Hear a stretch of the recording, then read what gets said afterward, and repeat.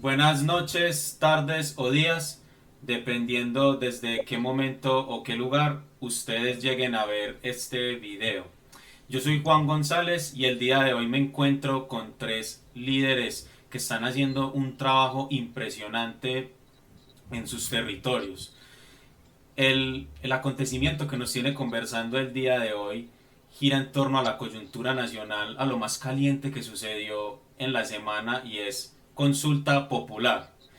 Compas, tenemos unas imágenes, o sea, para mí súper lamentables. Senadores a punto de irse a los golpes, un Armando Benedetti salido de las casillas en la plenaria del Senado y la consulta popular hundida, la reforma laboral revivida, entre comillas, porque ya sabemos pues cuáles son las intenciones de estos senadores. Así que bueno, los invito a que se queden hasta el final de este video. Yo procedo a presentar nuestros invitados. A mi izquierda tengo a Jenny Duque. Ella es una profesora popular que hace un trabajo social y comunitario impresionante. A mi izquierda abajo tengo a Jesse Echavarría. Jesse es un dirigente estudiantil de Bucaramanga, un líder que también hace un trabajo impresionante. Abajo de mí tengo a Alejandra Cuellar, más conocida también como Doña Prudencia. Es una chica que hace un trabajo impresionante a nivel comunicativo, social y que bueno, en las últimas semanas protagonizaste, Aleja, una opinión pública muy importante y un hecho muy lamentable también, a decir verdad, que sería interesante también que nos lo comentaras más adelante. Así que bueno, sin más preámbulos, comencemos.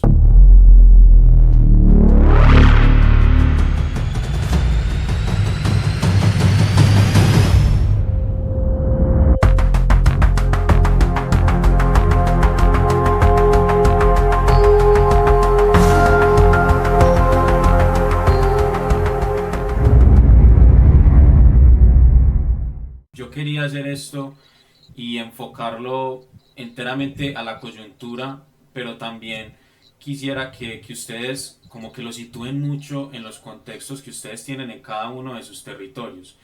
Jenny en Medellín, Jesse allá en Bucaramanga y Alejandra allá en Bogotá.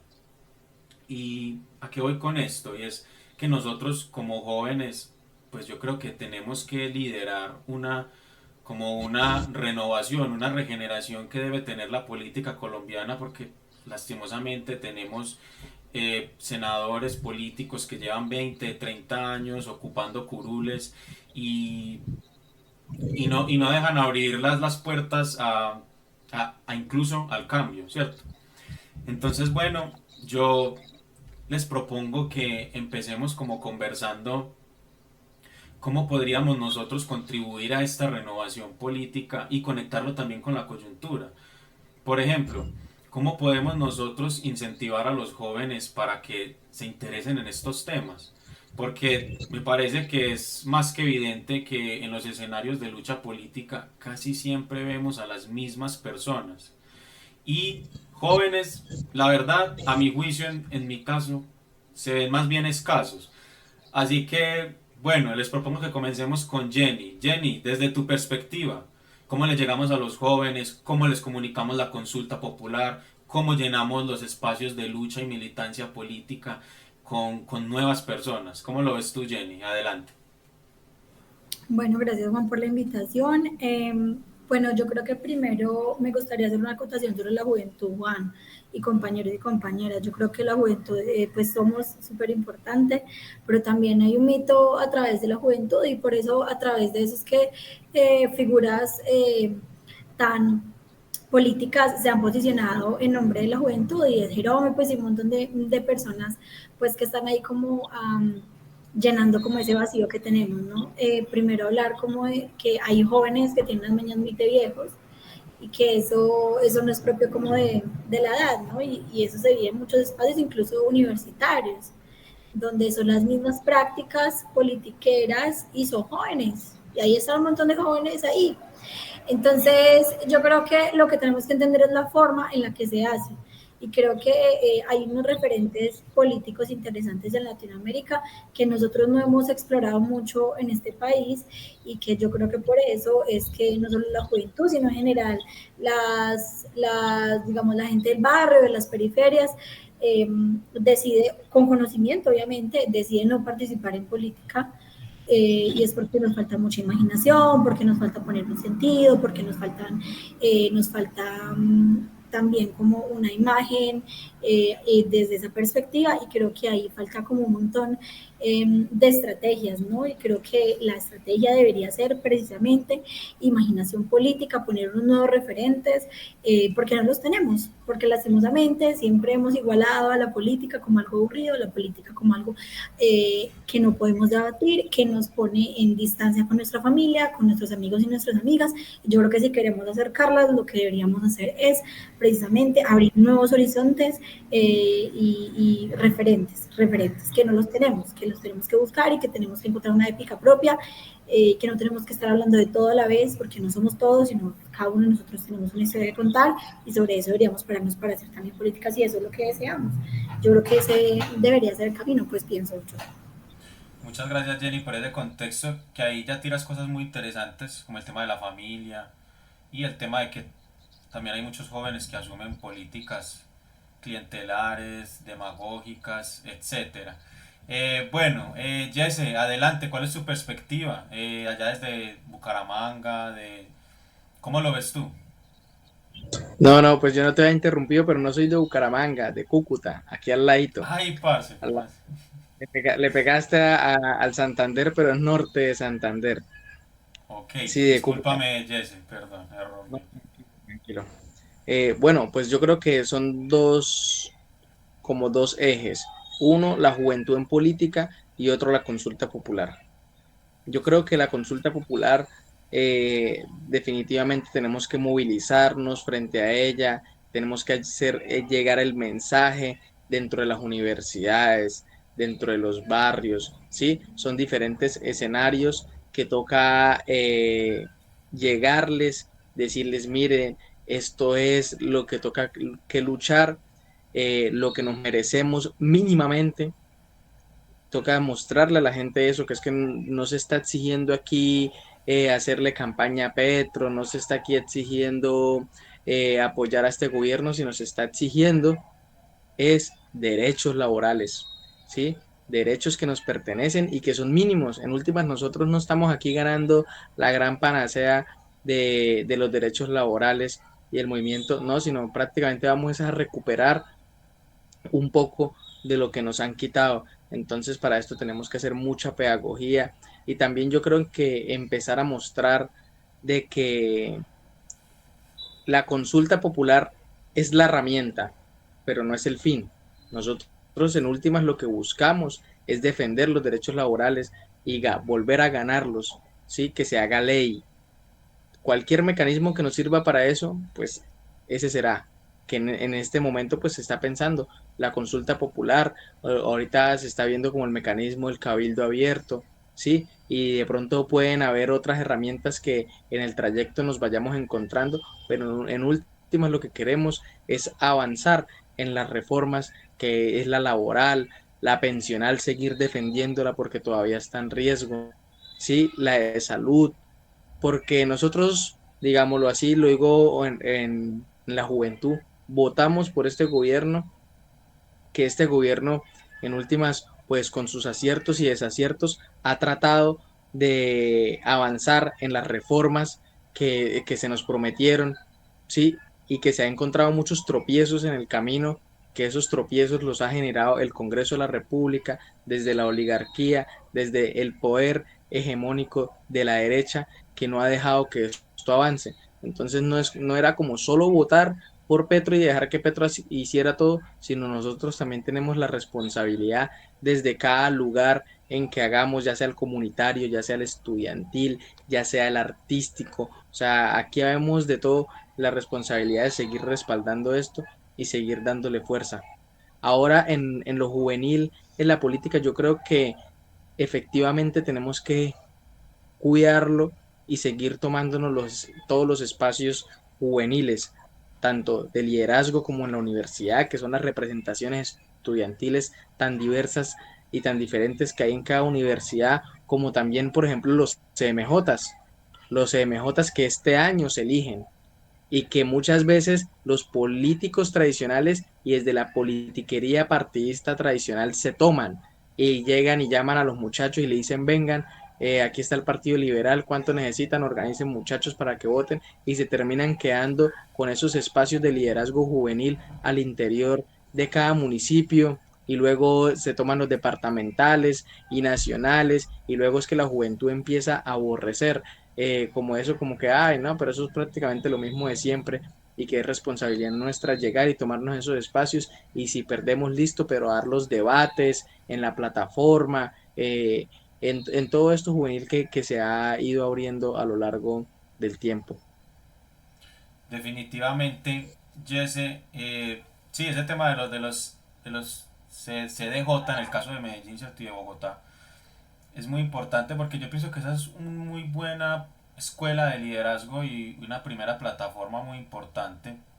Me gusta también cuando usas el término de partidista porque sí, críticas a los partidos en este momento tenemos un montón porque son electoreros, porque solamente aparecen en época de elecciones. Por eso es que también yo quería como hacer este tipo de juntanzas porque pues en últimas yo pienso que deberíamos fortalecer un trabajo de base popular porque no nos digamos mentiras, hay partidos que solo juegan a la reposición de votos y ya está, ¿cierto? Bueno, Alejandra, tú, ¿cuál es tu perspectiva? Consulta popular, ¿cómo lo conectamos con las juventudes? Adelante. Bueno, lo primero que hay que decir también frente a las consultas populares es que es un mecanismo ciudadano que nace desde la Constitución del 91. Es una herramienta que se empieza a implementar desde 1996 en Aguachica Cesar, que es donde se hace la primera consulta popular.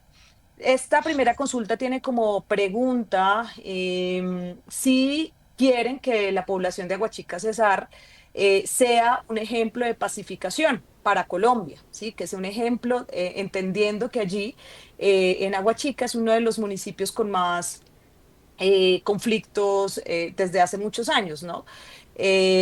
Hablando del conflicto armado interno, Aguachica es un punto rojo en este sentido. Entonces, en 1996 se le pregunta a la ciudadanía, recordemos que la consulta popular puede ser formulada por los administradores de gobierno, como el presidente o como los gobernadores o alcaldes, pero también puede estar siendo sujeto de la participación ciudadana por medio de firmas. En este caso, y también hay que tener en cuenta que para que pase una consulta popular, lo que se necesita es que el censo electoral, más del 30% del censo electoral, vote en esta consulta.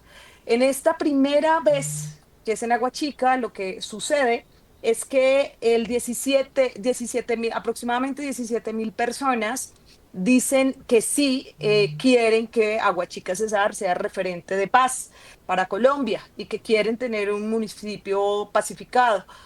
Y 42 personas dicen que no, pero la consulta no pasa. La consulta no pasa porque no pasa el umbral. Se hacen otras consultas, las primeras 10 consultas que se hacen pierden y pierden, no porque no se quiera la pacificación o no se quiera velar por los recursos naturales, porque esta es otra cosa que se ha encontrado dentro de las consultas populares, y es que las personas, la ciudadanía, ha implementado este mecanismo con dos grandes preguntas. La primera es la paz de Colombia y la segunda es la protección de los recursos naturales. De estas 10 primeras consultas no pasan porque el umbral no alcanza. Pero de un tiempo para acá, las consultas empiezan a pasar el umbral y tal es el caso, y pongo el ejemplo de mi tierra, del Tolima, Cajamarca, Tolima, donde en el 2017 la ciudadanía implementa el mecanismo de consulta popular para decidir si el oro o el agua vale más que el oro. En esta ocasión tenía que ver con que habían exploraciones por parte de Glogola Chanti, que es una multinacional canadiense, una multinacional de explotación de oro, y Cajamarca Tolima, hace parte de la extensa agrícola de Colombia, donde se cultivan demasiados alimentos. Es el 97% de la población es totalmente campesina agrícola. Y en esa ocasión recuerdo mucho que yo estaba en la universidad, y en la universidad interna, la megaminería intentó también comprar a profesores, a administrativos de la universidad, a estudiantes de la universidad, llevándolos a estudiar a universidades de los Andes diplomados, a universidades privadas diplomados, y para decirles qué tan maravillosa es la minería a cielo abierto. Y afortunadamente nosotras y nosotros dentro de la universidad en ese momento, y también los activistas de Cajamarca, los campesinos y campesinas en Cajamarca, decidieron hacer pedagogía porque la multinacional Angola Chanti no estuviera en este territorio. Se hace la votación y se gana con el 97% de la población votando porque la megaminería saliera del territorio. Esto también hay que decir que Cajamarca Tolima se conoce además, yo no sé si ustedes sabían, pero Colombia se conoce como el país de oro, no sé si el oro, el dorado, ¿sí? Y tiene que ver con que, porque Colombia tiene debajo de su tierra y debajo de Cajamarca, Tolima, hay una piedra de oro demasiado grande que ocupa varios departamentos de esta zona. Es haga de cuentas, una de las piedras más grandes de oro que se han encontrado. Y ese es el interés, ese es uno de los intereses de estas multinacionales, porque hoy hay unas exploraciones también en el norte del Tolima, ¿sí? Afortunadamente esto, digamos, y cuento esta referencia y estos hechos históricos, porque no es la primera vez que se hace una consulta popular, no es la primera vez que la ciudadanía participa en estos procesos de consulta popular, y además sí se ha demostrado que podemos ganar. En esta ocasión, Cajamarca Tolima, el campesinado logra sacar a esta megaminería que aún sigue insistiendo. Fíjense ustedes, después de que se utiliza este mecanismo constitucional donde se tienen que parar las exploraciones de esta megaminería, aún así ellos pusieron una demanda, fíjense ustedes, para seguir explorando en este territorio y posteriormente explotar, digamos, esta montaña que hoy está produciendo alimentos. Estamos hablando del 2017, ahora llegamos acá un poco más cercano. Hablemos de la consulta anticorrupción que estaba liderando Angélica Lozano y Claudia López, que de anticorrupción y corrupción ya sabemos que el Partido Verde y ellas están hoy siendo investigadas por varios casos de corrupción, sobre todo Angélica Lozano. Y el último, que fue el plebiscito, que también el plebiscito que se pierde con el 50-1, ¿sí? El plebiscito por la paz, que se le pregunta a Colombia si quiere la paz o no, y gana el no, que eso fue una derrota para todas y para todos. Para mí fue una derrota súper grande, yo que soy del departamento del Tolima, donde nace el conflicto armado con la antigua FARC. Eh, y en este sentido, vemos, digamos, una posibilidad muy grande, y digo vemos como ciudadana también y como mujer en política, una posibilidad muy grande a poder intentarlo a través de esta vía constitucional, el hecho que la participación ciudadana se vea presente en votar si quiere que pasen las reformas. En la anterior estábamos hablando de la reforma laboral, en esta estamos hablando de la reforma, mayormente en las preguntas, la reforma a la salud. Entonces, pues lo positivo, digamos, el hecho que el presidente Petro se haya pensado en esta participación, en llevar estas reformas de la mano con el pueblo y no con un Congreso que ya sabemos que fraudulentamente tumbó la consulta popular. Se va a hacer este segundo intento, nos vamos a paro este 28 y 29 de mayo, donde en las calles estaremos debatiendo. Ese es el propósito del paro: debatir en las calles, debatir con el vecino, con la vecina, comentar qué es lo que está pasando. Bien. Y ahí, ya para finalizar, veo importante claramente la participación de la juventud. ¿Por qué? Es que ya lo vimos en el estallido social, la juventud fue capaz de parar una reforma arbitraria contra la ciudadanía donde se le implementaba un montón de impuestos a la canasta familiar. Y esto lo logra la juventud. Entonces, la participación claramente, si me preguntas cuál es el rol de la juventud, pues más allá de votar, más allá de ser los cargaladrillos de la gente adulta, o de los más adultos, tienen que ser partícipes con voz y voto dentro de estas discusiones. Excelente introducción, Aleja, muchísimas gracias. Aleja, ¿te puedes correr un poco más para atrás? Por más o más, si puedes, si puedes. Bueno, a mí me gustaría rescatar ese contexto histórico que Aleja nos da, que es muy importante, porque a las personas que nos lleguen a ver y a escuchar, yo los invito siempre a que hagan la siguiente reflexión, de que será que hay cosas que las tumban porque de verdad no le favorecen al país o porque es Gustavo Petro el que las propone. ¿Y a qué voy con esto? Yo en las últimas semanas, hace ya más o menos 15 días, no sé, yo hice un vox pop en la calle donde yo le pregunté a las personas en el centro de Medellín, en el corazón de la ciudad, yo les preguntaba qué pensaban. El grueso de la población va a decir que sí, obviamente va a decir que sí. El problema es cuando las personas relacionan esto al gobierno nacional. Entonces aquí es donde yo incluso hacía la reflexión, mi gente, y es, las personas quieren que se les devuelvan los derechos o que tengan estas garantías, pues que ellos se las merecen, de los trabajadores, pero no quieren que sea Petro el que se las devuelva. Entonces, esto para poner en contexto como de que venga, es que consultas han habido muchas, consultas se han hecho muchas veces, pero ¿por qué están demonizando la consulta popular que propone precisamente el gobierno del cambio?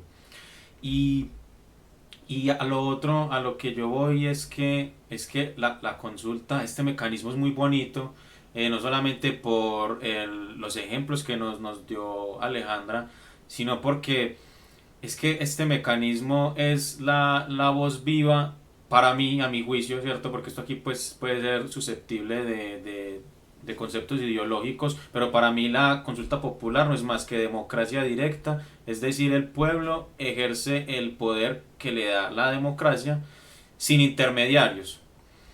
Así que importante para las personas que nos lleguen a escuchar que se lo piensen porque es que esto es democracia directa y por eso yo siempre incluso he dicho en mis redes que bueno, que el voto fuera obligatorio y sin partidos. No sé cómo se puede hacer esto, no sé, pero sería, incluso si es utópico, sería muy interesante. Bueno, ahora, este contexto ahí que ya Aleja pues nos picaba un poco la lengua finalizando su intervención. Y vuelvo a Jenny para pasar a una siguiente pregunta y es para que la sitúen muy bien en sus contextos territoriales, es cómo se vive la consulta popular en este momento. Jenny, en tu caso en Medellín, ¿qué se dice en la calle? ¿Cómo se lo imagina la gente? ¿Cómo lo están comunicando? ¿Cuáles son como esos imaginarios? ¿Cómo lo ves tú, Jenny? Adelante. Bueno, gracias Juan. Yo voy a retomar una cosita que dijo Aleja para pues como tener también como la postura y es que tal como lo dijo Aleja, pues esto de la consulta popular pues como que no es viejo, perdón, no es algo como que se acaba de sacar del bolsillo Petro. Ya hemos tenido experiencias y creo que las dos que menciona Aleja son importantes para hablar ahora de esta, porque se habla de la consulta anticorrupción y de la paz, ¿no? Ambas importantes. Sin embargo, creo que esta particularmente, las otras dos tenían discusiones de fondo, ¿no? Porque además somos un país con una multiplicidad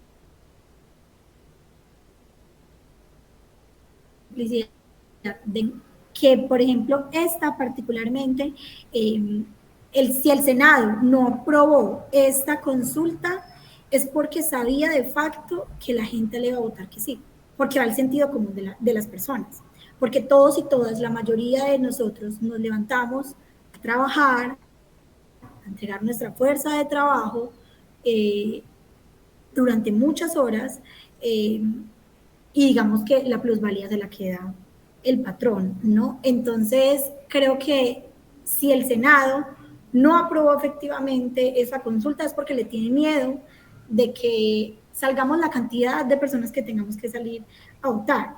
Yo creo que aquí hemos tenido dos falacias que se han repetido muchísimo, y es que la consulta vale mucha plata, y es que ya hemos tenido experiencias de consultas fallidas. Y yo creo que ambas son falsas. La primera es porque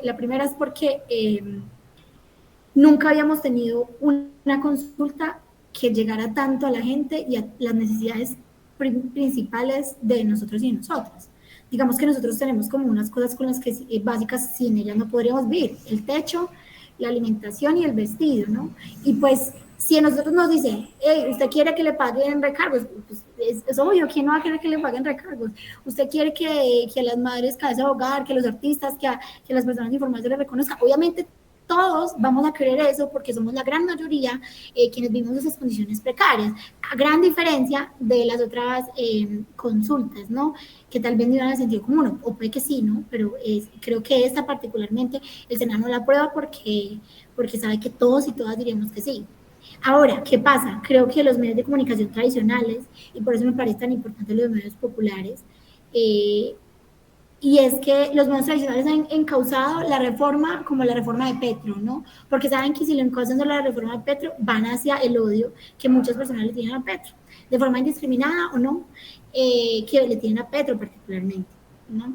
Entonces, cuando encauzan los medios tradicionales hacia la consulta de Petro, lo único que están haciendo es digamos que escindir como todas la posibilidad grandiosa que tendría este tipo de esta reforma, porque además esa consulta pues que consolidaría en las reformas que le quieren hacer, ¿sí? Entonces yo creo que en Medellín pasan muchas cosas. Yo creo que muchos y muchas quieren leer a Medellín de unas formas tal vez equivocadas desde otras áreas. Creo que esta ciudad es una ciudad particularmente compleja para hablar de este tipo de cosas, pero creo que aquí el lenguaje debe ser también desde lo que nosotros somos: una tierra pujante, echada para adelante, que le gusta trabajar, pero que le gusta trabajar en condiciones dignas, que le gusta trabajar en escenarios donde podamos tener una división entre el trabajo, el gusto y poder tener nuestros hobbies y deseos, ¿no? Que no todos se encaucen trabajar, trabajar y trabajar.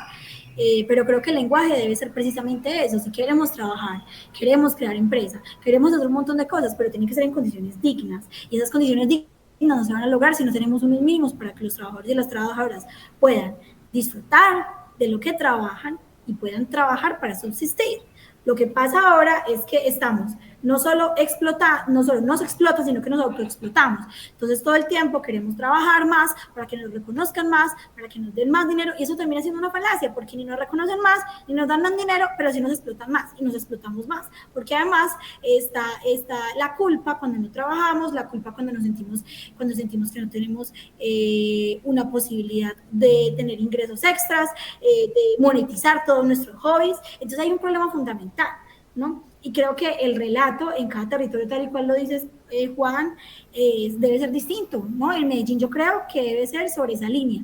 Nos encanta trabajar, nos encanta salir adelante, somos unos padres, unos berracos y berracas y berraques, pero pues necesitamos condiciones dignas para poder hacer eso. Y si no, pues entonces no, porque también hemos romantizado como la explotación y la autoexplotación, y sobre todo en las áreas como el arte, sobre todo en las áreas como el movimiento social, sobre todo como en los procesos comunitarios, ¿no? Claro, todo por la comunidad, pero ¿cuándo pensamos en nosotros?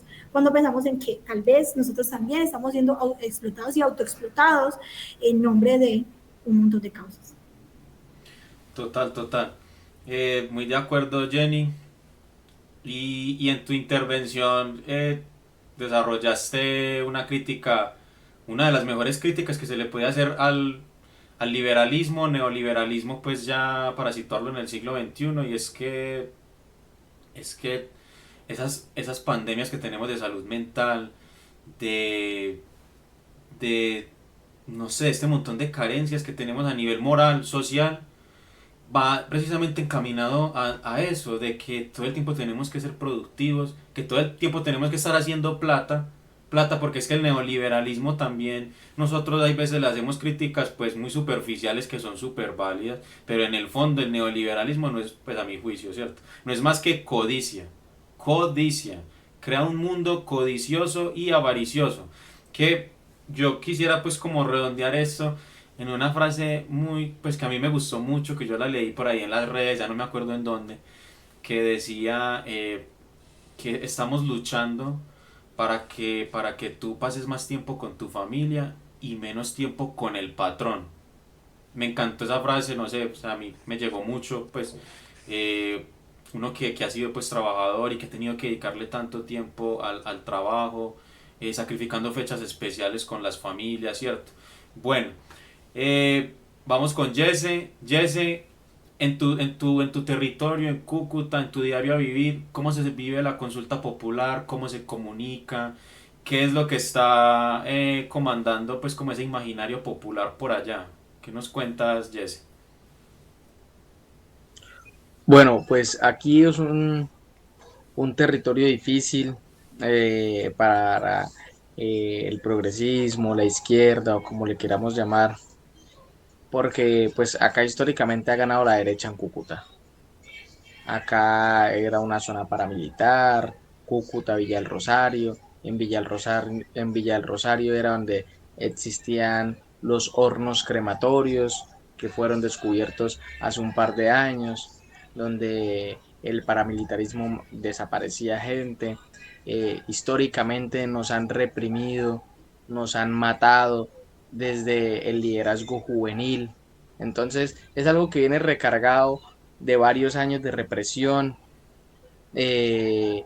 social al interior de las universidades. Nomás en la Universidad Francisco de Paula Santander, hace unos años, aproximadamente en el 2003, si no me equivoco, eh, sacaron a un compañero de la Universidad Francisco de Paula Santander y el paramilitarismo lo torturó y lo desapareció y bueno, luego sí pudo haber sido encontrado su cuerpo. Luego un compañero que estaba buscándolo a él también le hicieron lo mismo, que son eh, Edwin y Gerson Gallardo, Edwin López, compañeros de la Asociación Colombiana de Estudiantes Universitarios. Entonces este es un territorio difícil para hacer política. Eh, Uno se encuentra personas que de verdad pues tratan mal a otras personas simplemente por defender algún ideal de consulta popular, bueno, cualquier cosa que se nos venga a la cabeza de reformas. Entonces, sin embargo, pues tratamos de hacer el trabajo.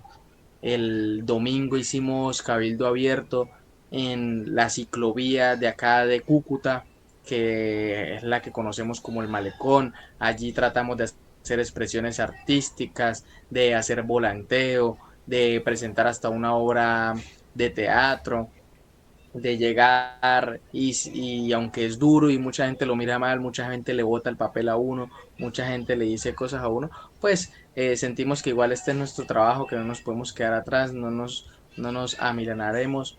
Entonces aquí seguimos y seguimos estando haciendo el trabajo artístico. Hace poco hicimos, hace unos meses hicimos un mural y nos mandaron hasta el SMAT por hacer un mural en un puente. Y llegaban personas tratando de tirarnos los carros, todo eso. Entonces, y el mural siempre nos lo borraron, siempre, y ya se volvió un riesgo grande para nosotros y nosotras llegar a ese lugar, porque es un lugar con, bastante concurrido eh, por los carros y que no hay como para resguardarse uno, sino prácticamente uno sí hace el mural sobre la calle. Entonces ese mural quedó así y es difícil. Frente a la consulta popular yo no creo que la nieguen porque sea de Petro. Creo que esa es la excusa para que la gente la rechace.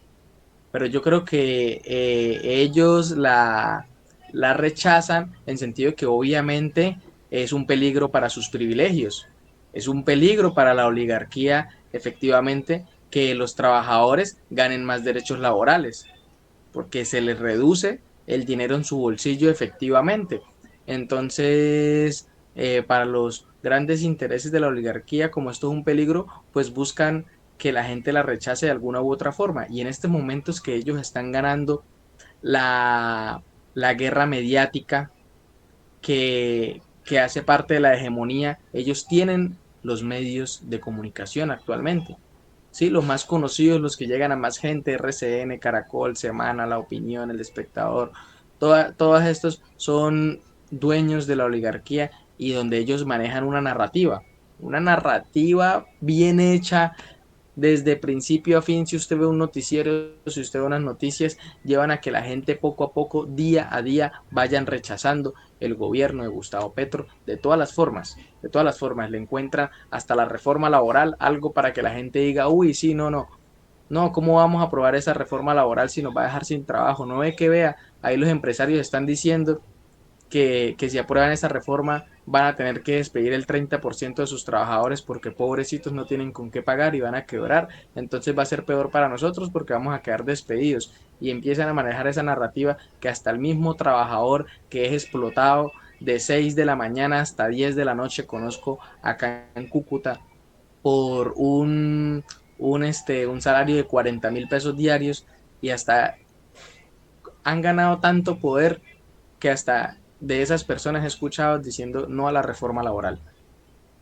¿Sí? Entonces, como han ganado el poder mediático y esta guerra mediática de rechazo a Gustavo Petro, pues en este momento es la excusa perfecta para decir no, es la reforma de Gustavo Petro. Y solo con decir eso hay personas que ni siquiera se toman el tiempo de leerla, sino simplemente dicen no, es de Petro. No, para nada. Lo de Petro, nada. Absolutamente nada. Entonces, eso, pues para no alargarme un poco más. Sí, Jesse, quisiera preguntarte también, ¿qué balance haces tú de los estudiantes? Tú que te mueves tanto por ahí, ¿cómo es el imaginario entre los estudiantes? Bueno, acá los estudiantes, en Norte de Santander, yo hago parte después de la Unipamplona, pero sin embargo estamos en la UFPS ahí. Precisamente hoy me vine, estábamos haciendo una velatón en la UFPS de Cúcuta por las compañeras asesinadas, en la compañera Noni Valle y una compañera aquí de la Universidad Francisco de Paula Santander, que también de pronto pudieron ver la noticia que le iban a llevar al parecer un domicilio, le iban a entregar un regalo y fue asesinada. Estábamos haciendo una velatón allá, entonces el panorama, sí, sea como sea, es preocupante. Las personas, los jóvenes en las universidades no se quieren, no se están preocupando ni por los cargos institucionales que hay, como la representación de un programa, la representación de una facultad, la representación de un consejo superior, y prácticamente las que votan y las que están como ahí es porque están por maquinaria, porque precisamente los grandes grupos estudiantiles que están cooptados por la politiquería al interior de cada universidad, pues tienen demasiada maquinaria con beneficios, beca trabajo, el comedor estudiantil, todos estos beneficios que ha ganado la lucha histórica eh, de los estudiantes en estas universidades, por lo menos en la Universidad de Pamplona, en la Universidad de Francisco de Paula Santander, están siendo instrumentalizadas estos beneficios para la politiquería y para obligar a los estudiantes que voten. Por ejemplo, nosotros acabamos de salir de unas elecciones en la Universidad de Pamplona al Consejo Superior, y allí llegaban y agarraban estudiantes y bueno, necesito que me consiga 10 20 votos y el próximo semestre usted va a tener su cupo en el comedor universitario. Sí, cosas como estas. Entonces la gente ya no quiere ni saber de organizaciones estudiantiles porque se han encargado de manchar sus nombres, se han encargado de decir no, estos son guerrilleros, estos son vendidos, todos son iguales. Entonces esa apatía a nivel nacional que es que ahora en lo micro, en las universidades, se ve muy reflejada, y es de verdad muy preocupante que si, si te digo hoy, la Universidad de Pamplona, por ejemplo, en diciembre se estaba escogiendo un rector que en un paro del 2023 le dijimos, usted no se puede volver a lanzar a la rectoría. Y él firmó en el pliego del paro que no se iba a volver a lanzar a la rectoría. y en diciembre del año pasado volvió a quedar como rector, se lanzó y volvió a quedar como rector. ¿Y los estudiantes hicieron algo? Absolutamente nada, porque no hay fuerza, no hay fuerza ni siquiera para cerrar las universidades, no hay fuerza para absolutamente nada porque han cooptado todos los estudiantes, están llenos de apatía y los que no, pues están con los grupos estudiantiles que están con la institucionalidad, pues con la burocracia y los beneficios que están ya corrompidos. Entiendo, Jesse.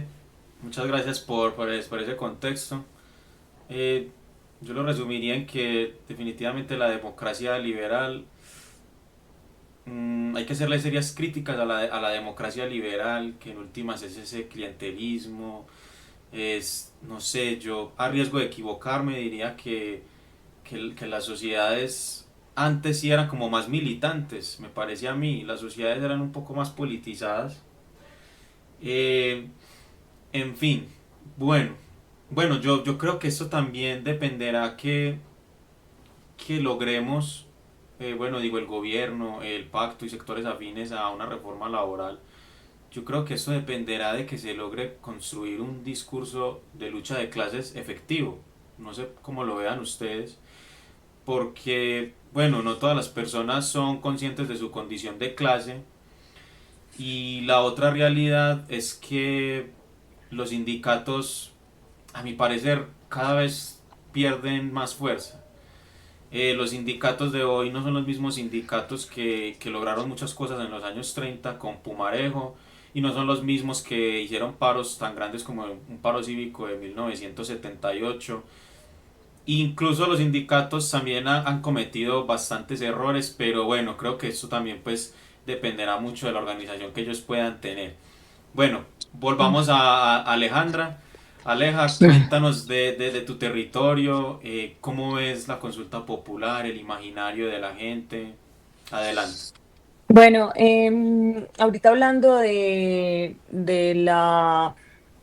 cómo es esta falsa del capitalismo que nos dicen que entre más trabaje, más cerquita puede estar a conseguir carro, casa y beca, y esto es una ilusión que les han vendido a sus papás, a mis abuelas, a mis abuelos.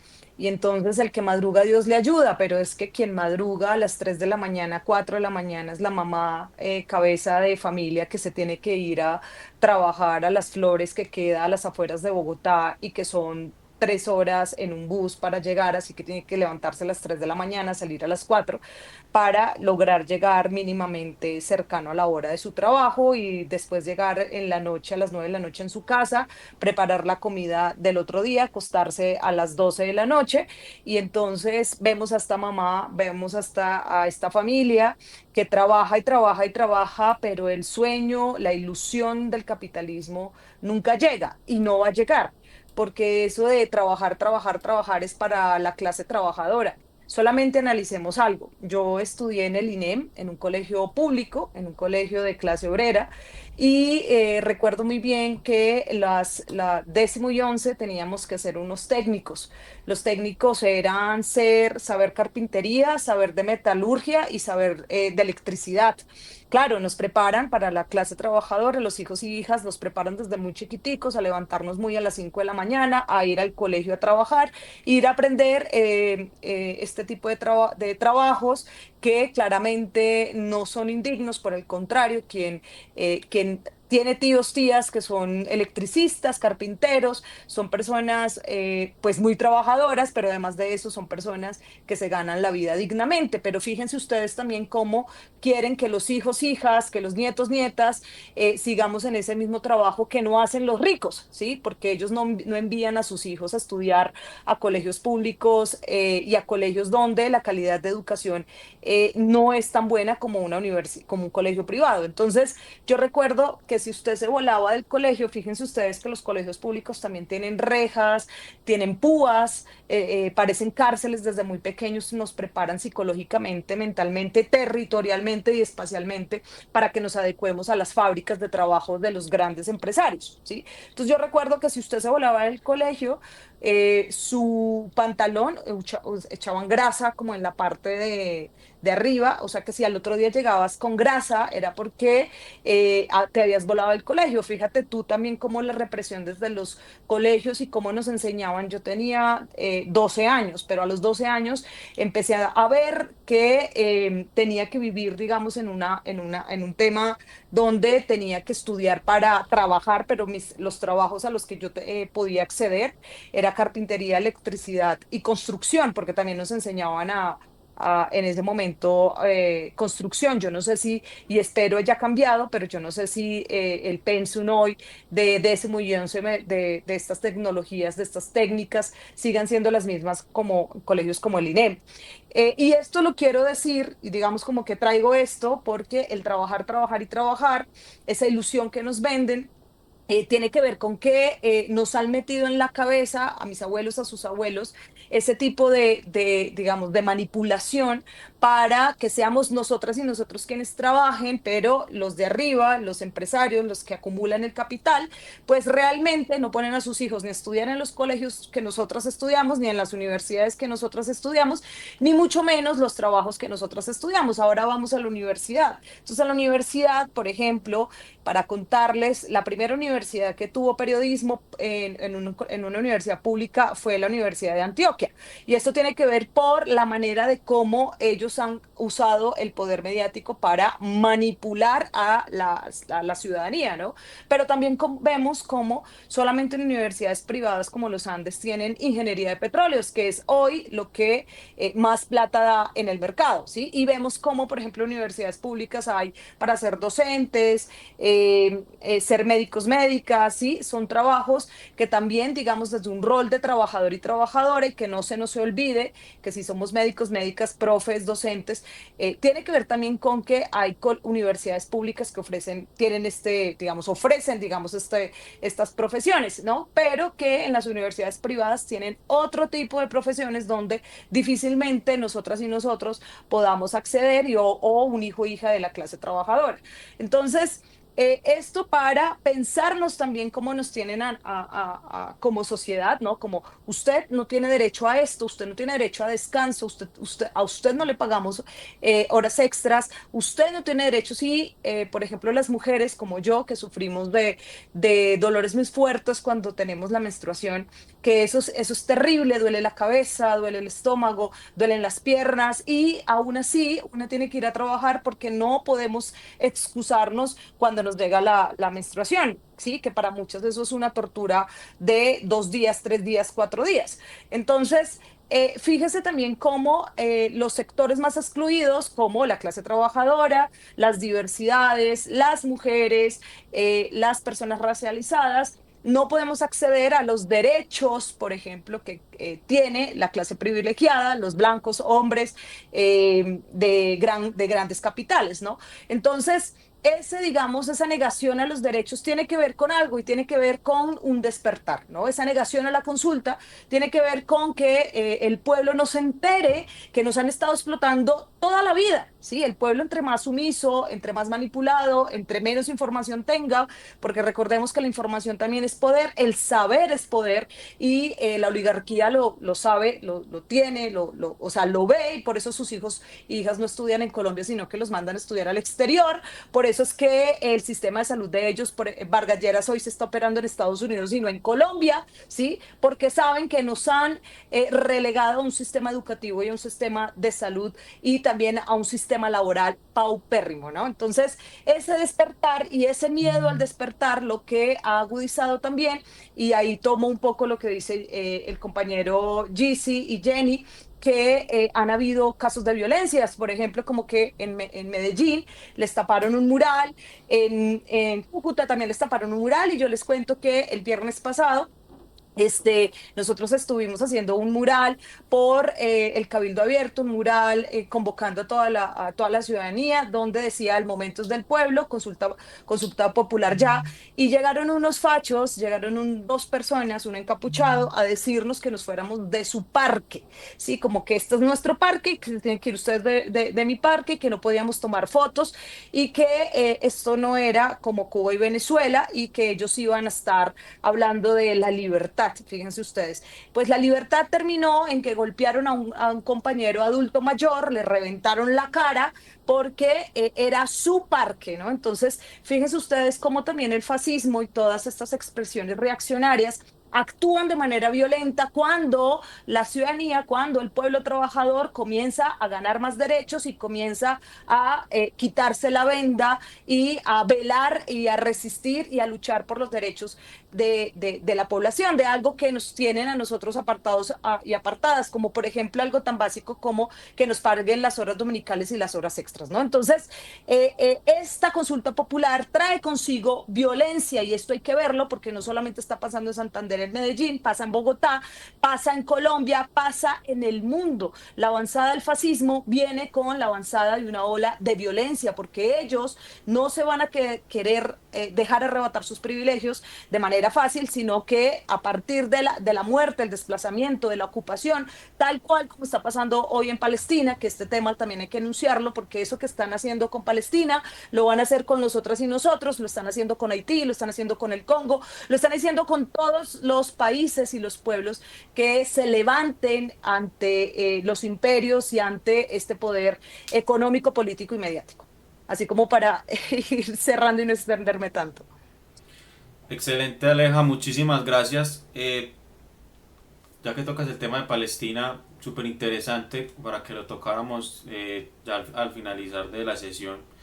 Que claro, evidentemente se conecta con esto porque eh, en el mundo, en el último tiempo estamos viendo cosas muy tristes y es como simple y llanamente los poderosos hacen lo que se les venga en gana. Pero bueno, volviendo al tema que nos tiene aquí y que a mí me gustaría mucho sintetizar la intervención de Alejandra en lo siguiente, y es que Aleja responde la pregunta como, como mejor se pudiera responder, y es que está aludiendo a la subordinación ideológica que tiene una élite, una clase dominante, unos poderes económicos, como usted los quiera llamar, sobre una gran proporción de la población. Aleja hizo una exposición de los aparatos ideológicos del Estado, Luis Althusser. Aleja, eres Luis Althusser en esta intervención. Bueno, muchas gracias. Yo, para pasar a la siguiente parte, yo quisiera que no se nos pasara esto, que lo voy a conectar con la siguiente pregunta, pero antes quiero que la gente, cuando vea este video, se lleve esto y no se le vaya a olvidar. La oposición dice que la consulta popular, además de que dice que es populista, que es demagógica, que es un montón de cosas, ellos dicen que la consulta popular vale 700.000 millones de pesos, que eso es demasiado. A ellos esto les parece una fortuna, ¿cierto? Es mucho dinero, no vamos a decir que no. Pero ojo, voy a tirar estos datos porque me parece que no se pueden dejar pasar. En los últimos 23 años, cada trabajador dejó de recibir 44 millones de pesos por el no pago de recargos nocturnos por horas extras, nocturnas, dominicales y festivas. Usted, señor trabajador, trabajadora que está viendo este video, usted dejó de recibir 44 millones de pesos que le pueden servir para la cuota inicial de una casa, que le pueden servir para el estudio de sus hijos, que le puede servir para una eventualidad médica, para cualquier cosa le puede servir, ¿cierto? Y ojo con el siguiente dato, la consulta popular vale 700.000 millones de pesos, que eso es un montón de plata, no vamos a decir que no, pero ojo, que en los últimos 23 años, los trabajadores en su conjunto, los trabajadores de Colombia, dejaron de recibir 41.000, bueno, no lo sé leer así, perdón, lo haré así, 41.4 billones en 23 años. 41.4 billones se embolsillaron los grandes poderes económicos en Colombia, quitándole derechos a los trabajadores. Y digamos que además que se lo desembolsillaron redonditos, porque ellos esa plata la mandan a paraísos fiscales, y de impuestos más bien poco, ¿sí o no? Entonces, ¿a qué voy con lo siguiente? Tenemos este contexto, tenemos una pedagogía que hacer, tenemos estos datos, pero a juicio de ustedes, y vuelvo a Jenny, a juicio de ustedes, Jenny, ¿qué piensas realmente qué es lo que va a pasar? ¿Estás positiva frente al futuro? ¿La consulta se va a dar? ¿Se pueden conseguir 13, 14, 15 millones de votos? ¿Tú cómo lo ves? Bueno, esa pregunta es muy importante porque yo creo que no podemos derrotarnos. Yo creo que no podemos derrotarnos. Yo creo que si ganó Gustavo Petro, si ganamos en un territorio tan difícil también como fue Medellín, que para nadie es un secreto que Medellín es una ciudad difícil, y sacamos la cantidad de votos que sacamos, es porque aquí hay un pueblo que dice no más, que aquí hay un pueblo que está parado, que un pueblo que va y que trabaja desde las 5 de la mañana hasta las 8 o 9 de la noche, que está mamado, que está agotado, que quiere otras cosas. Y yo creo que una de las cosas fundamentales, volviendo a tu pregunta, es recuperar que nosotros sí tenemos y sí sabemos. Porque yo creo que nosotros desde ese lugar, a veces desde un lugar de privilegio, decimos que es que los otros no saben, que es que los mandamos a leer, les decimos uribestias, y yo creo que ese no es el relato que tenemos que hacer, y menos acá, ¿cierto? Yo de nada gano decirle a mi tía, a mi abuela, a mi prima, y vos sos una uribestia, vos sos una bruta, andale, vos no sabes nada, porque lo único que me va a responder es lo que ya sabemos, son cosas que ya sabemos, yo sé que me va a responder ella o él, porque ha vivido, porque tiene un contexto en el cual se ha educado. Entonces yo creo que yo no le llamaría una pedagogía, le llamaría una educación en relación con la consulta popular. Y es por una razón específica, y es que lo que queremos lograr es un cambio de conducta, y una transformación social, ¿cierto? Una transformación de la estructura. Eh, ¿Cuál es la, ay, se me perdió, cuál es la pregunta concreta, Juan? Que es que me vuelo.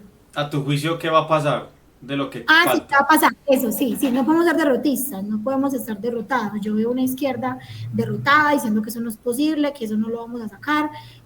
¿Para quién era posible que Gustavo Petro y Francia Márquez llegaran al poder? Para mucha gente, incluso desde la izquierda. Nos vamos más al centro, lastimosamente, ojo que el centro político está por ahí rondando mucho y no queremos que gane en el 2026, y no sería deseable además porque no representa los intereses de la clase proletaria ni los trabajadores y las trabajadoras de ese país. Yo no me parezco a Angélica Lozano, yo no me parezco a Nadia Alberto, y creo que la mayoría de los colombianos y las colombianas A no Fajardo. nos, menos a Fajardo, no nos parecemos a ellos y a ellas, y aunque se ponga la banderita LGBT. Entonces, creo que es fundamental no derrotarnos. Y creo que aquí, sí, pues me parece, me da mucha rabia con muchos de nosotros, como, no, eso va a ser muy difícil. Y digo por mí también, ¿no? Porque yo decía, no, eso es súper difícil, eso va a ser imposible. Y hablando con compañeras me dijeron, como, no, eso es, pues, como que miremos otros horizontes. El Cabildo Abierto Popular que ocurrió este domingo, con unas compañeras muy amadas que lo impulsaron, que son de Imprenta Republicana, a mí me hicieron abrir los ojos, porque yo también estaba como, no, eso es muy difícil, eso es imposible, eso no, vea los números, y estaba actuando como una técnica, ¿no? Una técnica por allá de derecha también, diciendo, eso vale mucha plata, eso no sé qué, no, realmente la consulta vale lo que tiene que valer, como todo lo público, muchachos. Nada de lo que está en lo público no vale plata, pues vale plata como todo lo que gastan en infraestructura, en educación, en lo demás. Vale lo que tiene que valer, ahí no nos podemos alegar, vale un montón de plata lo de los congresistas también, pues entonces nadie dice nada sobre eso, menos los Claro. congresistas que abogados, y además es un argumento, como ya lo mencioné, de la derecha, ¿no? Eso vale mucha plata, que vale mucha plata y que es populista, pero pues además no tiene ningún tipo más de argumento, porque saben que esta consulta es una consulta del pueblo, que se viene, yo creo que se viene una disputa. Yo no soy abogada, entonces yo no sé en términos de derechos como qué podría hacer. Yo sí sé que Petro va a volver a presentar la consulta, ya sacaron, creo que son 14, 16 preguntas, no recuerdo bien, quienes lo tengan clara las preguntas, la cantidad me lo dicen. Creo que se va a seguir profundizando un relato, creo que tenemos que seguir profundizando ese relato y tener mucha alegría, mucha disposición, mucha alegría, mucha fuerza popular.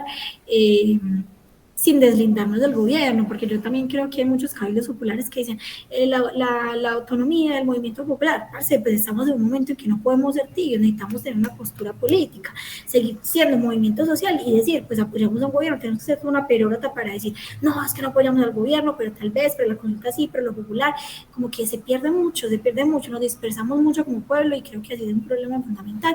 Creo que ese no es el camino, creo que el camino es seguir pensando que sí se puede, que sí lo podemos lograr, pero sobre todo, y nuevamente digo esto todavía, pues digamos, muchas de las cosas que yo estoy diciendo también lo aprendí en las luces que nos dieron las compañeras el domingo en ese cabildo popular, y es que tenemos que imaginarnos y abrir otros nuevos horizontes, hablar con la mamá y el papá, la abuela, la prima, la tía, y disfrutar esos lugares comunes, ¿cierto? Los lugares comunes, que son los dichos. Por ejemplo, yo recuerdo que en ese cabildo hablábamos como la compañera que estaba liderando, Marta, pues como, y Valentina y Rita, decían como, a la izquierda nos falta disputar los relatos comunes. Y yo dije, pero ¿cómo así? Entonces decían como, listo, dígame en 5 palabras, porque no se puede, digamos, dígame en 5 palabras, el pobre es pobre porque quiere, dispúteme eso en 5 palabras. La izquierda no sabe hacer eso.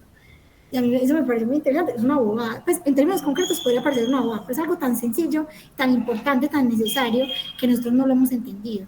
Nosotros no hemos entendido que nosotros tenemos que hacer eso, lo cotidiano, lo natural, lo que está ahí, y creo que nos falta mucho más eso, dejar los relatos de 1000 palabras, el montón de cosas, ir a los memes, ir a los videos corticos, ir a disfrutar con el barrio, la vecina, la mutación comunal, todo ese tema me parece probablemente importante, que no solo se tiene que hacer en Medellín, en cada ciudad se tendrá que hacer diferente, pero creo que por lo menos ese cabildo a mí pues como que me parece importante.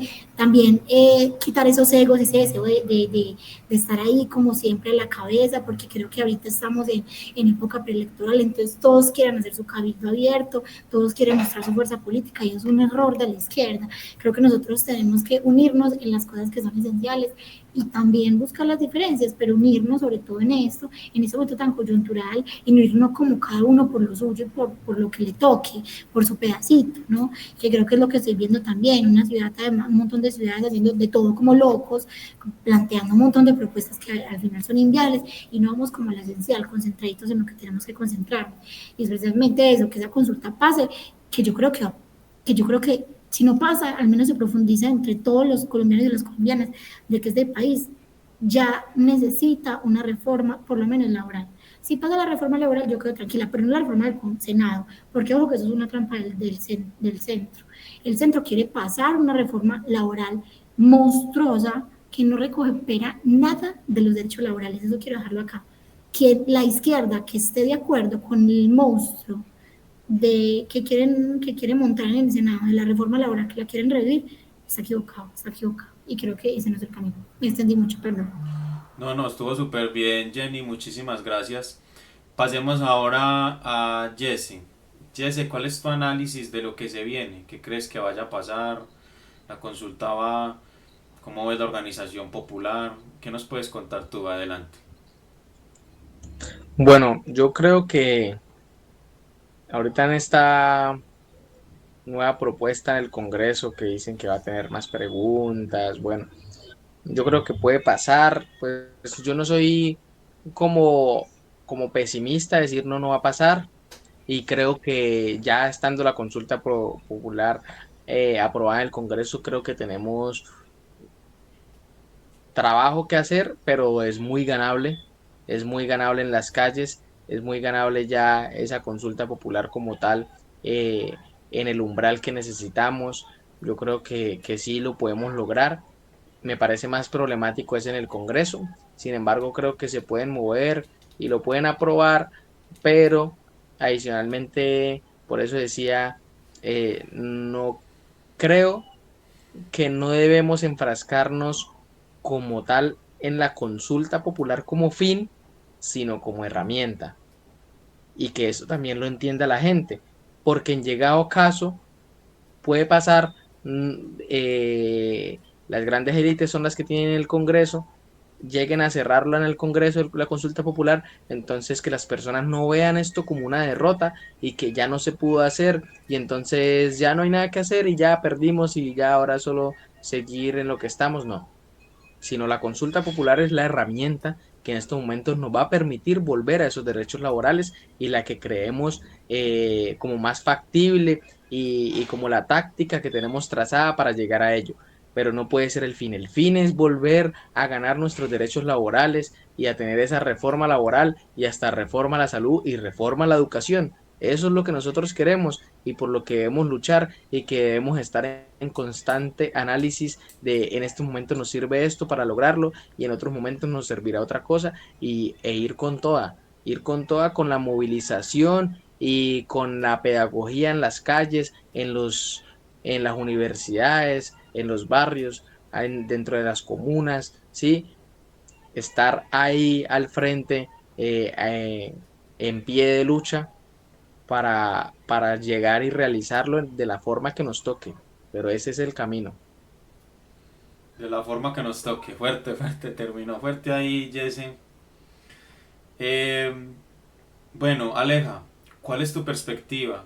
¿Cómo ves la consulta? ¿Qué va a pasar de aquí en adelante? ¿Cuál es tu análisis? Bueno, al igual que Jenny, Gizzy, con el optimismo de la voluntad, yo voy para adelante. O sea, yo no estoy pensando en retroceder, en dejamos hasta aquí y que la derecha se vuelva a tomar el poder. No, vamos para adelante. Yo considero también que si nosotros no ganamos las elecciones, lo que se viene van a ser ríos de sangre, ¿sí? O sea, nos van a desaparecer, nos van a matar, nos van a exiliar, y eso tiene que ver también con hechos que ya han ocurrido antes, ¿sí? O sea, recordemos cómo fue en el gobierno de Uribe, más de 6.000 jóvenes desaparecidos, asesinados y pasados por guerrilleros, ¿no? Y eso va a ser el triple. Así que esta disputa va a ser hasta el final, la disputa del sentido común. O sea, alguien me escribía como que había que aplicar el sentido común, pero aplicar el sentido común de quienes de quienes han querido manipularnos toda la vida. Yo creo que más que aplicar el sentido común, hay que disputar ese sentido común. Hay que hacer pedagogía claramente en la calle. A veces nos quedamos hablándonos entre nosotras y nosotros, y la izquierda es un mundillo muy pequeño, y veo que afuera hay un montón de gente que no tiene ni idea que es una consulta popular, que no tiene ni idea las preguntas que está formulando el gobierno y que muy seguramente si las lee va a decir, esta vaina me interesa independientemente quién la saque, ¿sí? Que nos toca hacer como por ejemplo hace el partido Morena en México, que se hacen unas barriadas por colonias. Entonces se reúnen en las casas de un vecino, de una vecina, hablan de alguna propuesta que está haciendo el gobierno, hablan de las políticas del partido y del gobierno, y se sientan a conversar una tarde en el bar, ¿sí? Ese tipo de jornadas claramente nos toca hacerla, nos toca salir desde ya a las calles, tocar las puertas.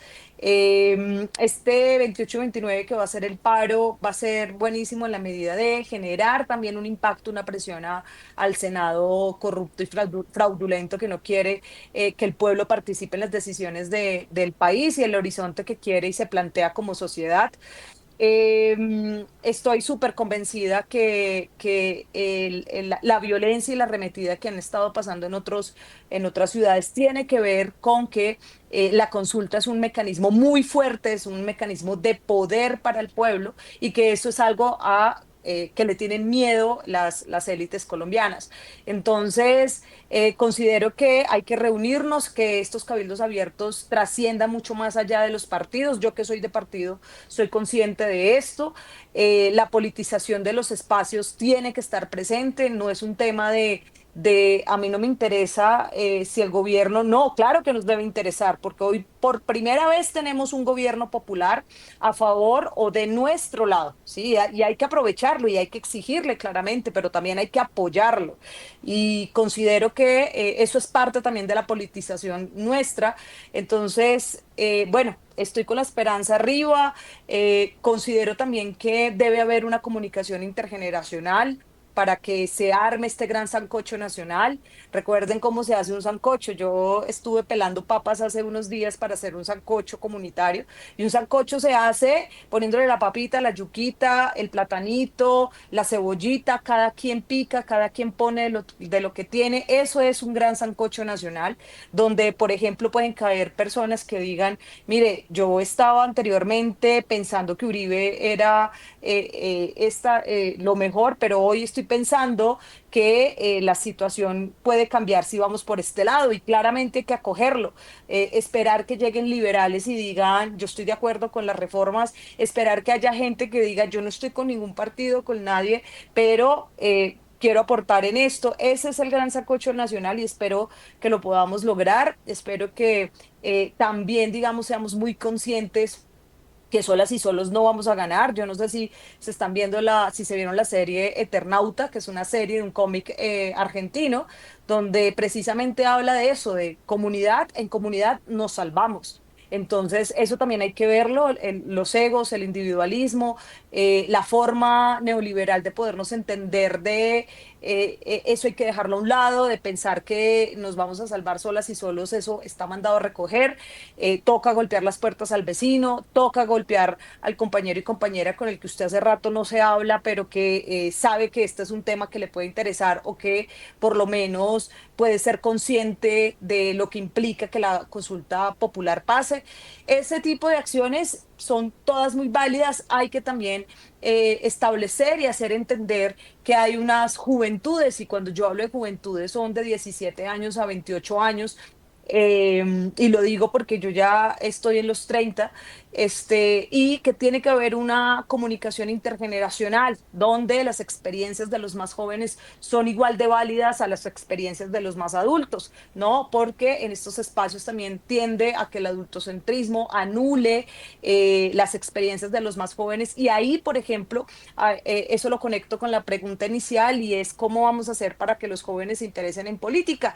Pues si la política no se ha interesado en la juventud, pues es muy poco probable que se acerquen jóvenes a decir, hey, esta vaina me interesa. Entonces, hay que también abrir espacios y propiciar espacios donde las políticas públicas incidan materialmente, concretamente en la juventud y también que asimismo llame a la juventud a participar en este tipo de espacios, entendiendo también que son parte importante, pero activa, no, no pasiva, no para pegar carteles, no para pintar, no para a organizar meramente, sino también para tener una participación activa en estos espacios de organización política y organización ciudadana.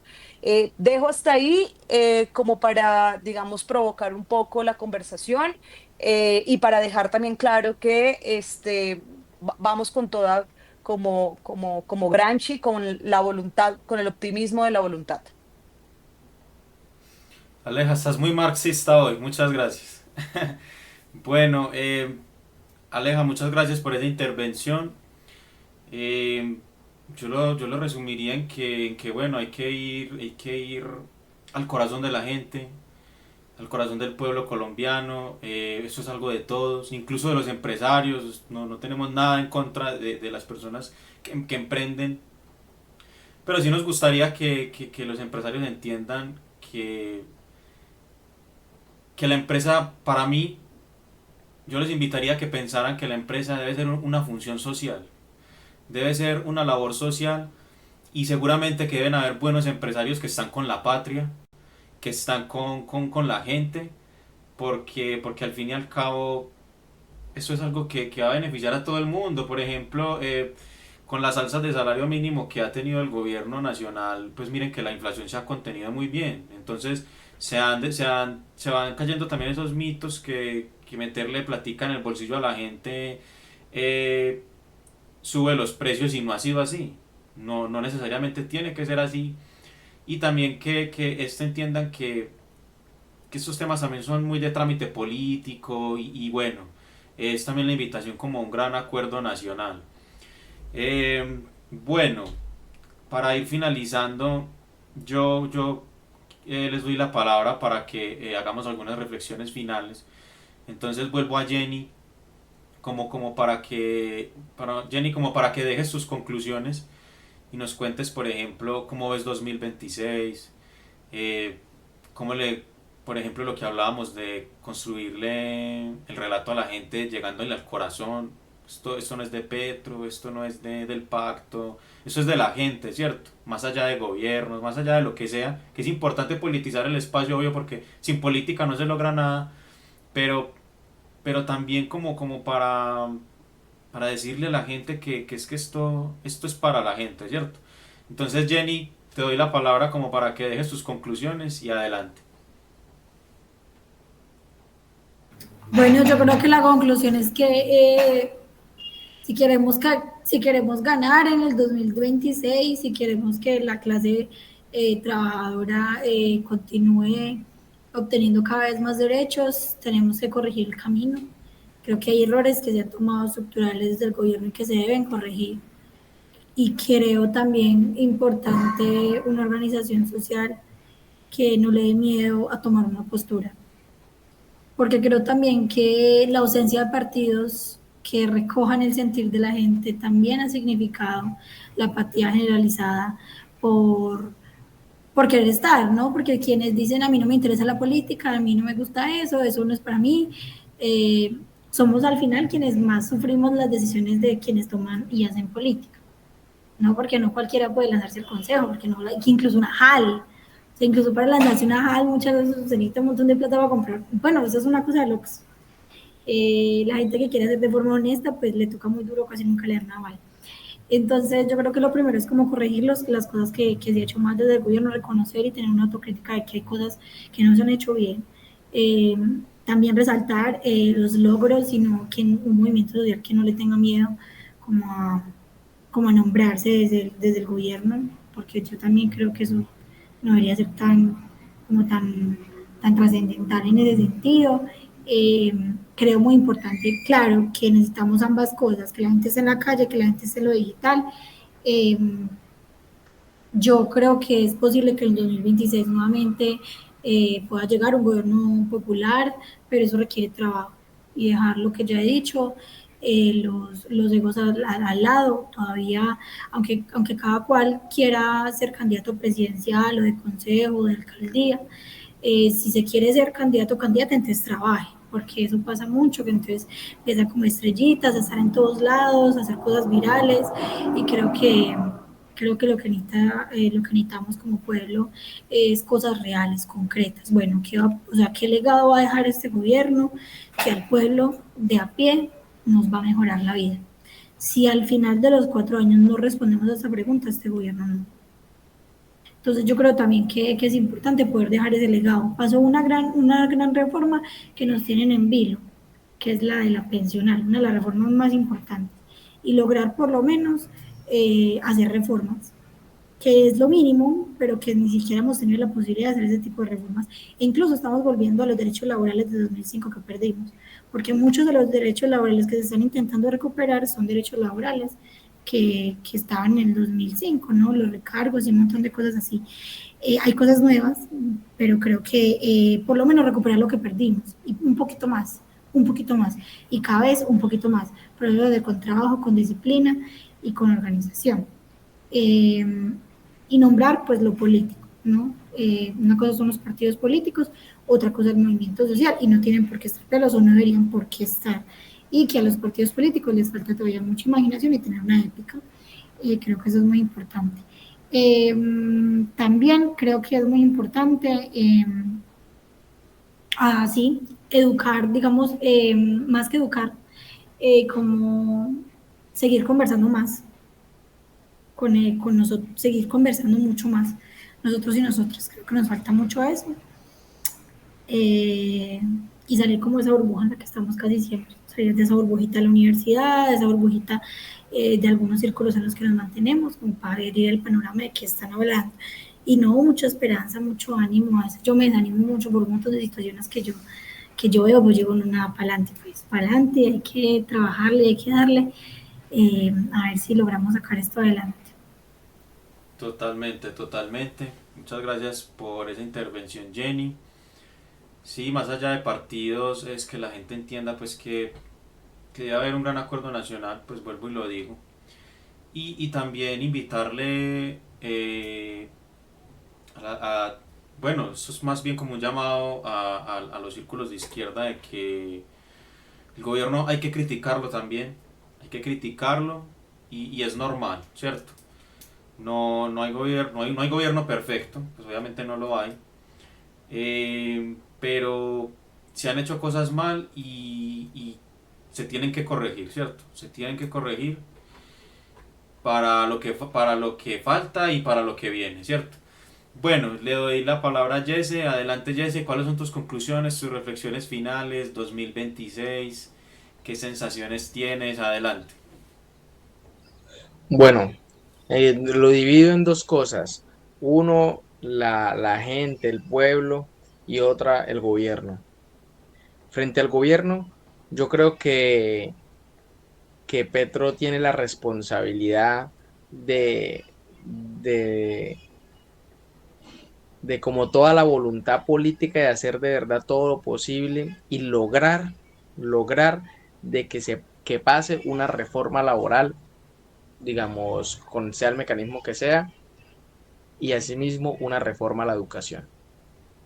Yo creo que con estas dos reformas y pues que se mantenga la pensional, nos deja bien parados para un 2026.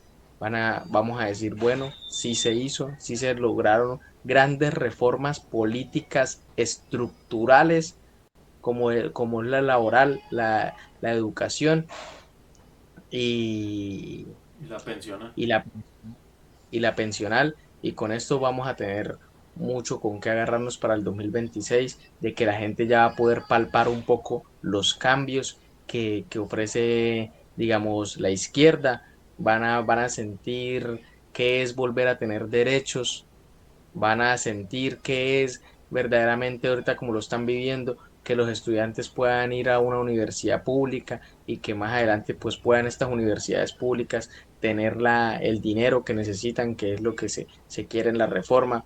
Entonces, con esto vamos a tener con que, y ahora el pueblo, yo creo que nos toca seguir movilizándonos, nos toca seguir tomándonos las calles, nos toca seguir haciendo pedagogía, dejar como quizás ese pensamiento que veía mucho, que es como ya votamos por Petro y listo, que él haga lo suyo. Ya ese fue todo el trabajo, digamos, como que ese rezago de que todo fue en el paro y que luego ya con Petro ya ese fue como el fin. Y no, ese no es para nada el fin porque eh, aquí hay una oligarquía organizada.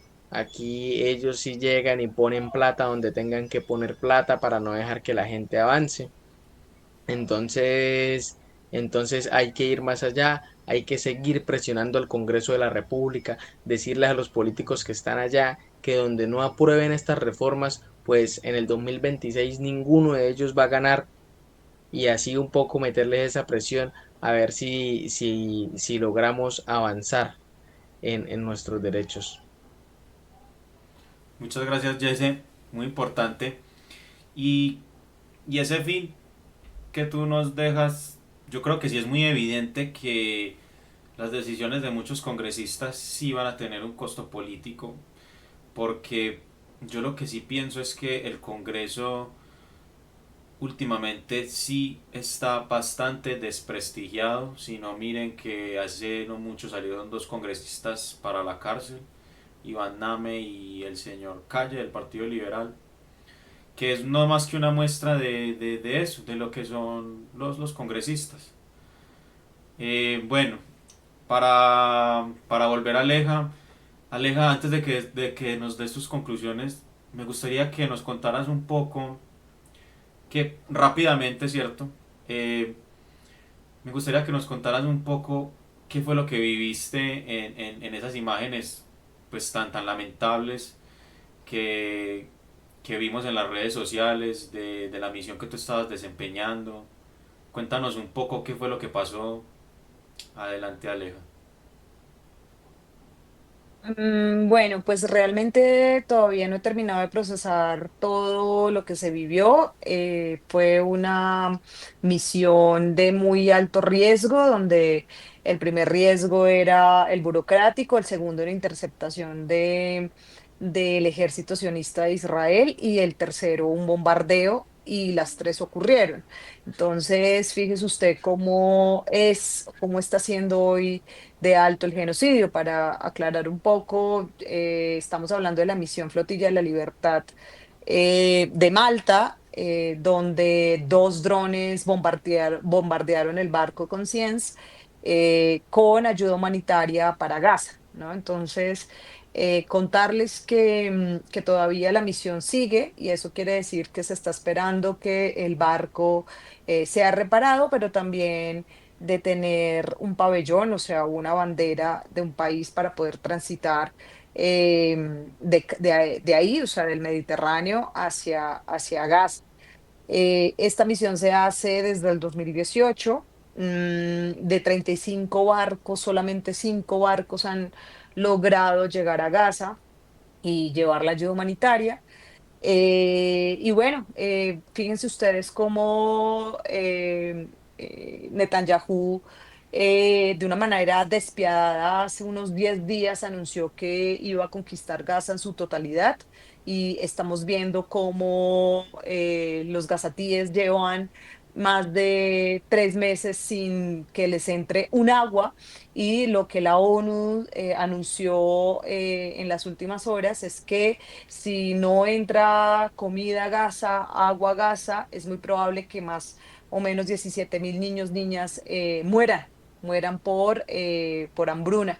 Entonces, pues esta situación es muy compleja, hay que seguir hablando de Palestina, hay que seguir hablando del genocidio, porque este experimento que está haciendo Israel y Estados Unidos, en complicidad también con Estados Unidos y los europeos, tiene que ver con un experimento que nos van a hacer a todas y todos quienes no suplan sus intereses económicos y políticos. Este proyecto colonial no, lo van a implementar en América Latina, lo van a implementar en África, que es más, ya lo han implementado en estos países, solo que ahora tienen herramientas tecnológicas como drones que están manejados por inteligencia artificial. ¿Sí? Entonces, de la experiencia, creo que eso, que es importante seguir mencionando esto, si muere Gaza, muere la humanidad, así tal cual lo ha dicho el presidente Petro, así tal cual también los palestinos también lo viven en carne propia. Entonces, ese es como el mensaje y bueno, seguiremos buscando también una Palestina libre, buscando que los pueblos también se liberen de este tipo de yugos y de opresiones, de proyectos colonialistas, así como para, en términos generales, contarles qué fue lo que se vivió en la misión Flotilla de la Libertad. Eh, Aleja, pero tú pudiste llegar a casa. O... Eh, no, nosotros no alcanzamos a llegar, ni siquiera logramos, el barco llegó a aguas maltesas, ahí en Malta, que eso es el corazón de Europa, y venía de otro país con 16 tripulantes y la ayuda humanitaria. Nosotros íbamos a subir el 1 de mayo, no se pudo el 1 de mayo porque los sionistas o el bloqueo burocrático llegó. Y el 2 de mayo decidimos salir en la madrugada. Yo estaba listándome porque era una de las primeras, salía a las 3 de la mañana, pero el barco fue bombardeado a las 12:30 de la madrugada, cosa que, bueno, cosa que ya saben ustedes todo lo que pasó. Estaban 16 compañeros en el barco, entre ellos palestinos, turcos de ascendencia palestina, y había también en la tripulación como capitán el hijo de una de las personas asesinadas en el 2010 en la flotilla. En el 2010, la flotilla de la Libertad sufre un ataque por parte del ejército sionista de Israel y asesinan a 10 personas que iban a llevar ayuda humanitaria a Gaza. Entonces, uno de sus hijos estaba también en este barco y bueno, pasa esto, ¿no? Entonces, como para contarles, La ayuda humanitaria se tuvo que trasladar a Sicilia, mientras que el barco es reparado, ¿sí? Este bloqueo burocrático y este bloqueo por bombardeos, o sea, esto ni que es un bloqueo, esto es un genocidio, esto es un crimen de guerra, esto es una violación al derecho internacional, perpetuado por Israel, perpetuado también a todas las ayudas humanitarias que intenten llegar a Gaza. Es la muestra del desprecio y del odio por el derecho internacional, del desprecio y el odio por la diferencia, y hablemos de la diferencia entendiendo que esto es un proyecto colonial que está ejerciendo Israel sobre Gaza. Definitivamente, me parecía importante no dejarlo pasar porque, porque bueno, ya Aleja lo decía, no podemos dejar de hablar de Palestina. Eh, no sé qué piensen las personas que nos lleguen a ver, pero pues las imágenes de Gaza sinceramente que erizan la piel, y al que no le eriza la piel, pues la verdad cuestiones, es cierto, porque son muchas muertes inocentes, allí no sé realmente qué quede de Hamas incluso, porque pues Hamas no se compara a un ejército altamente entrenado como el israelí, y, y bueno, realmente incluso en estudios la mayoría de las muertes son civiles inocentes y jamás son como 5.000, 10.000 militantes muertos. O sea, es, es, es una barbaridad.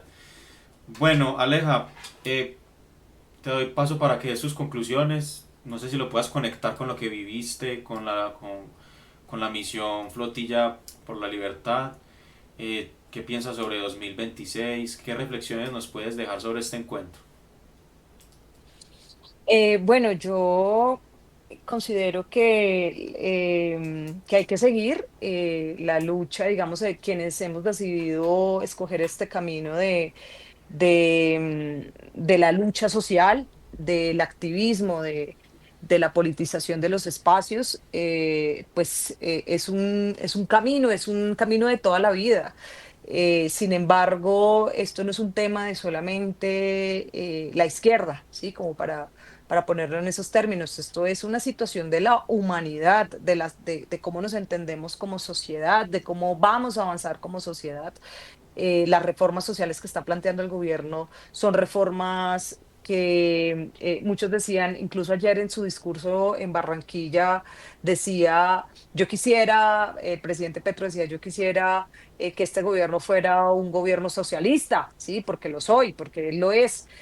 Pero lastimosamente la burocratización, el manejar todo un gobierno con tantos años, con unas políticas totalmente distintas, lo que se ha podido hacer por la medida de la Constitución es plantear reformas a través del gobierno. Entonces muchos dicen, no, pero es un gobierno reformista. Pues claro, o sea, en la medida que son pasos que se dan, como lo decía Jenny inicialmente, son pasos que se dan para alcanzar, digamos, una utopía, y eso no lo perdemos de vista. ¿Y cuál es la utopía? La utopía es justicia social, es paz.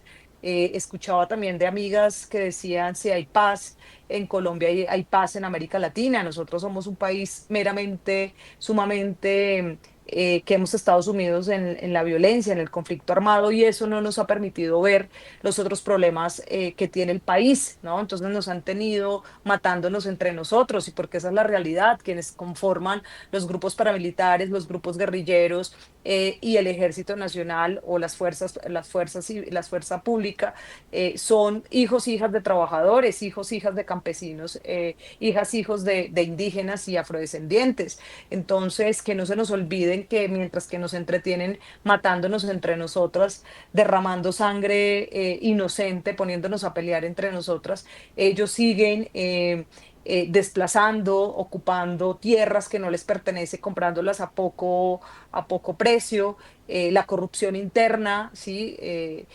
Todo esto sigue pasando mientras nos siguen entreteniendo en el negocio de la guerra, porque la guerra es un negocio.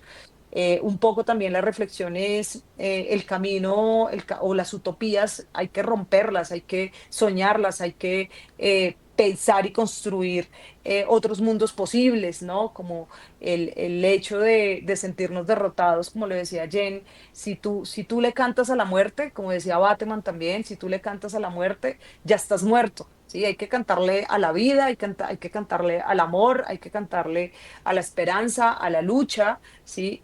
Porque al fin y al cabo ellos nos quieren ver tristes, porque una persona triste no lucha, una persona triste no crea, no imagina. Entonces, la conclusión y la invitación es a seguir creando, a seguir usando nuestra creatividad, nuestras formas de trabajo para en sociedad caminar hacia un mismo horizonte, y el horizonte es la justicia social, el horizonte es dignidad para el pueblo colombiano, el horizonte es la paz de Colombia. Excelente, muchas gracias Aleja. Eh, Muy ciertas esas palabras, muy ciertos las palabras de Jenny, de Jesse. Muchas gracias por los aportes. Así que esperamos pues que estas cosas se sigan replicando, que sigamos luchando más allá de cualquier posición política, más allá de gobiernos, de partidos. Eh, hay que seguir construyendo país, hay que seguir construyendo país. Y bueno, damas y caballeros, esto fue un encuentro de jóvenes por la consulta popular, por la reforma laboral, por las cosas que le hacen bien al país, por la justicia social. Así que, ay Jenny, te fuiste.